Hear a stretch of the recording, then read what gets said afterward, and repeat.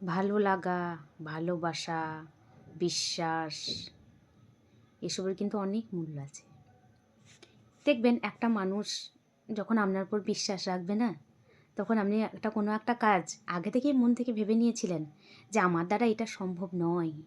কিন্তু যদি আপনি মনে করেন যে আপনার সামনের জন মানে হয় আপনার আত্মীয় হোক, আপনার ফ্যামিলির মানুষ হোক বা আপনার ভালোবাসার মানুষ হোক, যে কোনো মানুষই হোক না কেন, সেই মানুষটা যখনই দেখবেন যে আপনার উপর বিশ্বাসী, সেই কাজটা আপনি করতে পারছেন, তখন আপনার বিশ্বাস আরও নিজের প্রতি 10 গুণ বেড়ে যাবে।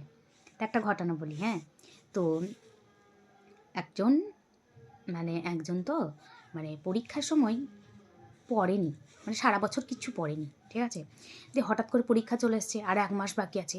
দিয়ে বলছে, যা গো, আমি হয়তো কোনো আত্মীয় হোক বা কোনো ফ্রেন্ড হোক, যেই হোক একজন, তাকে বলছে যে আমার না পরীক্ষা চলে এসছে আর 1 মাস বাকি আছে, আমি কিচ্ছু পড়িনি, আমি এবার ফেল করব, আমার দ্বারা আর সম্ভব নয়, আমার 1 মাস আর বাকি আছে। দিয়ে সামনের জন্য ওকে কী বলছে জানেন? বলছে যে তুমি ফেল করবে না, তুমি পাস করবে। মানে অসম্ভব ব্যাপার ওর লাগলো, যে যখন ও নিজে থেকে নিজের জন্য বলছে যে আমি ফেল করব, আমার দ্বারা সম্ভব নয়, আর সামনের জন ওর উপর এত বিশ্বাসী যে সে বলছে যে তুমি ফেল করবে না, তুমি পাস করবে, তখন সেই যে মানুষটা বলছিল যে আমি ফেল করব, তার আনন্দের আর শেষ নেই।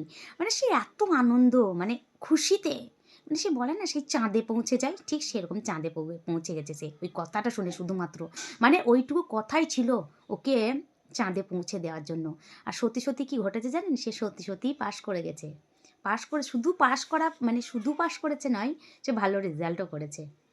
তাহলে একটা মানুষকে, হ্যাঁ, বিশাল হাই ফাই রেজাল্ট হয়নি, 10টা লোকে কথা বলবে সেরকম রেজাল্ট হয়নি, কিন্তু ভালোই হয়েছে, শুধু পাশ করেনি সে। তাহলে বুঝতে পারছেন যে একটা মানুষের কথা একটা মানুষকে জিরো থেকে হিরো, মাটি থেকে একবারে আকাশে যে কোনো জায়গায় পৌঁছে দিতে পারে।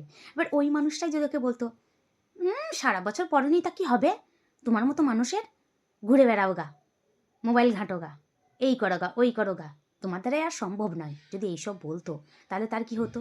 তো হ্যাঁ, সত্যি আমি মোবাইল ঘেঁটে এদিক ওদিকে ঘোরাঘুরি করি, আমার সব টাইমটা নষ্ট করে দিলাম, আমার দ্বারা আর হবেই না, সত্যিকারের হবে না, আমি ফেলই করবো।